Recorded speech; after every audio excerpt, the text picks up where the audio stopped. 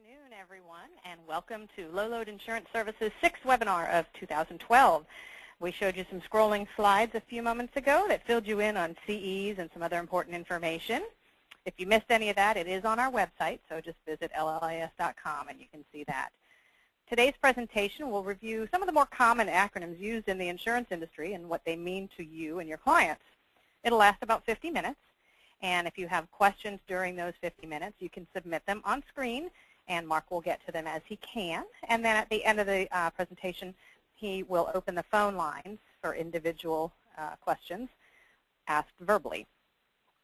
Remember that to ask those verbal questions, though, you have to use the audio PIN number that was provided when you logged in.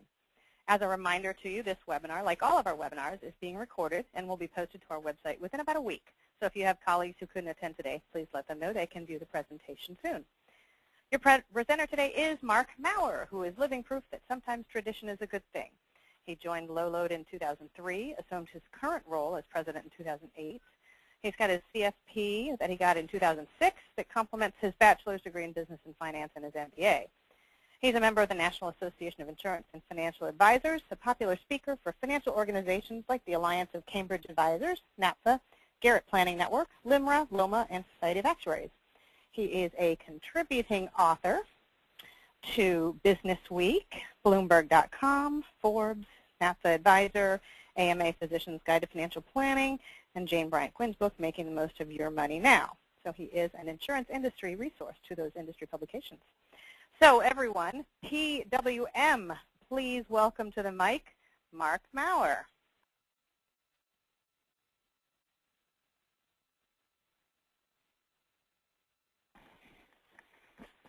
Well, howdy, buckaroos. It's Mark Maurer time again, and we're going to start today with UIA, so take a load off. Hopefully everybody's going to have fun. We're going to talk about understanding insurance acronyms.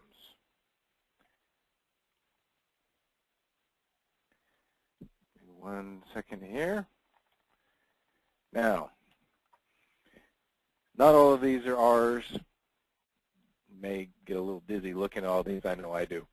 But today we're going to try and take a number of these, and you're looking at it and you're probably thinking, OMG, that's a lot of acronyms there. Well, we're going to try and do a lot what we can to simplify a number of these and hopefully make them more understandable for you, and so that when your clients have these questions about these different acronyms, you'll be more comfortable answering questions about them. So what do all these different acronyms mean? We're going to talk about that.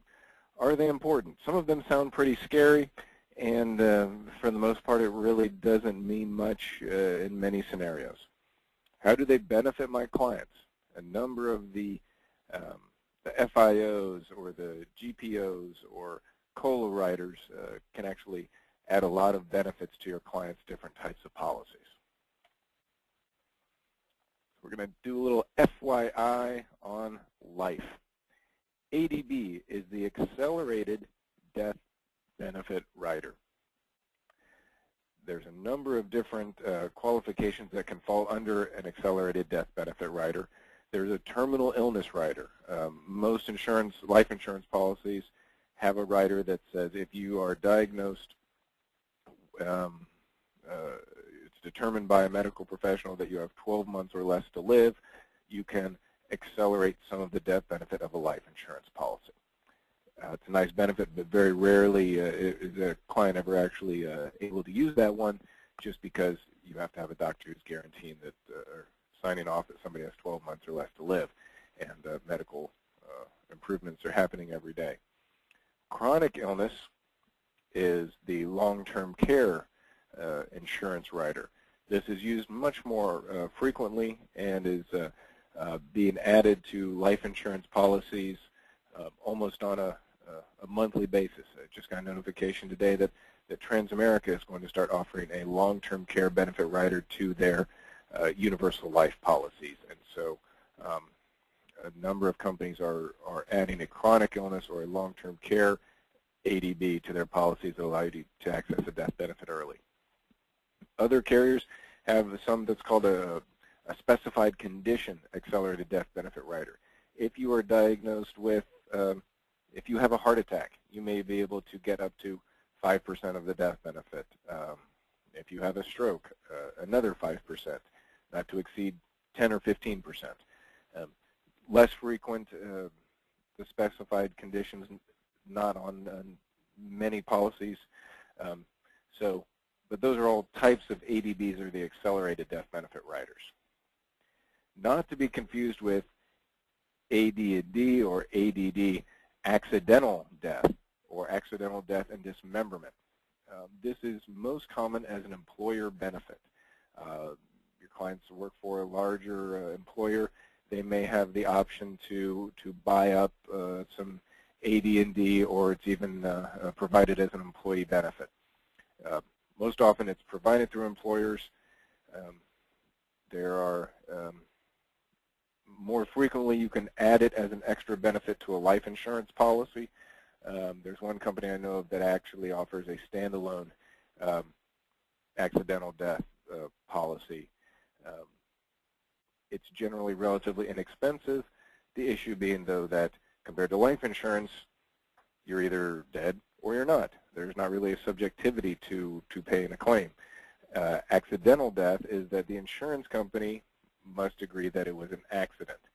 So you would say someone falls off their roof and dies. Well, that's most likely, we'd all call that an accident. But if it's determined that because the client had a heart attack, a stroke, some medical thing that caused them to fall off the roof, the insurance company is going to say that's a medical or organic reason, that's not an accident, not pay. So you can probably guess my sense of that we don't often recommend these policies unless it's hard for someone to get that standalone life insurance coverage.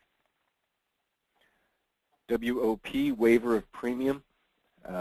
This can be added to most life insurance policies. If a client is considered disabled by the life insurance company, may be able to waive premiums so that they don't have to pay premiums while they're on claim.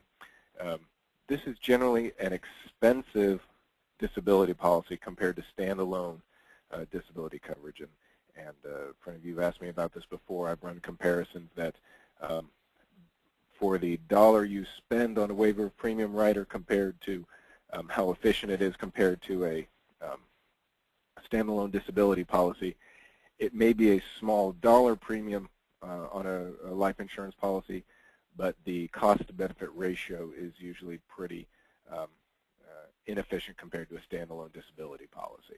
So again, there may be times when this is favorable to add to a policy because of underwriting or occupation or other things, but for the most part, we don't recommend those when the standalone disability coverage, either as an employer benefit or individual disability policies, are available. An ILIT stands for Irrevocable Life Insurance Trust. I think sometimes this confuses people, and rightfully so sometimes, because a mom and dad might set up an ILIT to have a life insurance policy on their lives for the benefit of their kids. The IRS, though, says that this ILIT must be separate from the insureds. And for it being separate, the death benefit is removed from mom and dad's taxable estate, but it also requires that the donors have no ownership. Again, mom and dad set up the trust, they're gifting the premiums to the trust to pay for the life insurance policy, but they don't actually own it. And the IRS says you can't have any incidence of ownership, or else that death benefit is going to be included in your taxable estate. So it feels like I have this. The life insurance is on me, I pay the premiums, but in reality, I don't have any control over it much anymore because a trustee does. Once you give it, it's gone. The money that's gifted into the trust to pay the premiums, the donors can't get the assets out of the ILIT.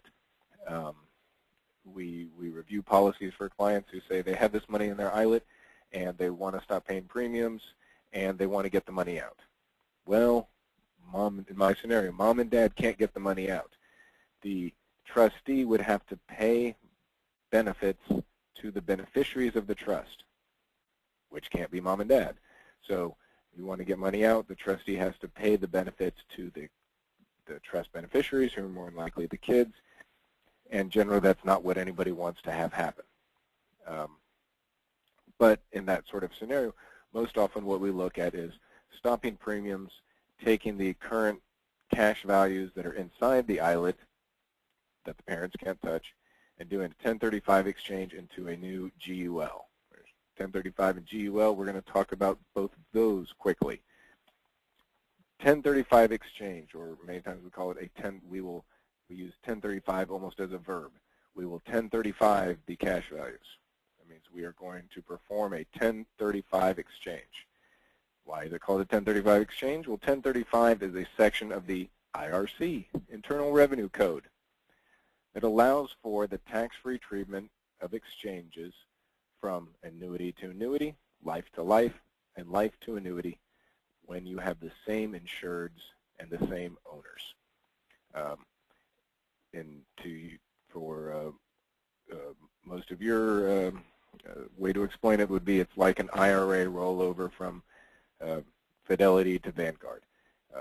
Because the client never touches the money, there's no taxes due, there's no ownership, things like that. It's just moved from one insurance company to insurance company, like custodian to custodian.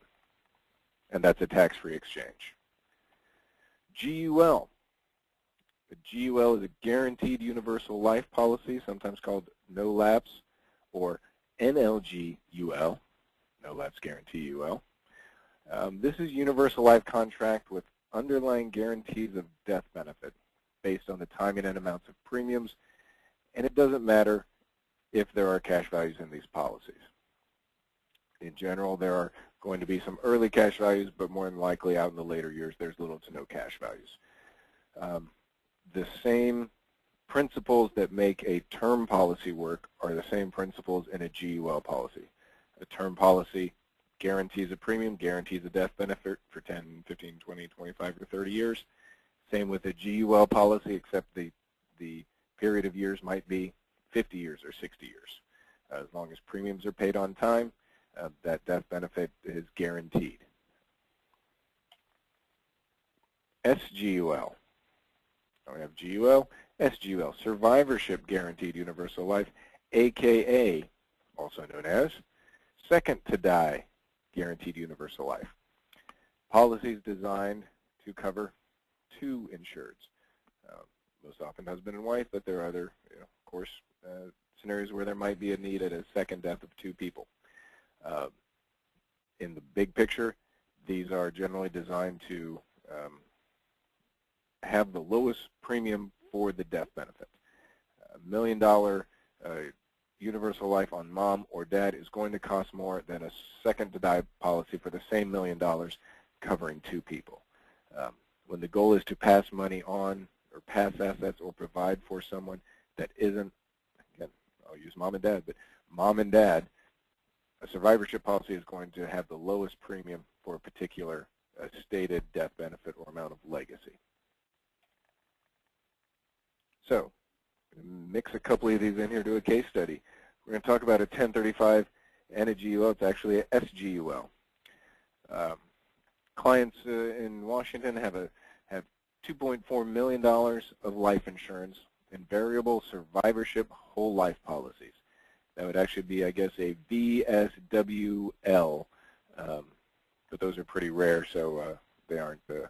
We don't have common acronyms for them. But these policies are in an ILIT. So first off, what I see here is that the design is mismatched. In theory, in an ILIT, the goal is to provide a death benefit. So you would, in a perfect world, pay the lowest, gift the lowest premiums possible to maximize the death benefit at a second death, because it is a survivorship policy. But this policy is whole life, which is designed to build cash values, in addition to variable. So again, the reason someone really would have a variable survivorship whole life policy is to build cash values, assuming that they are going to have earnings in excess of a normal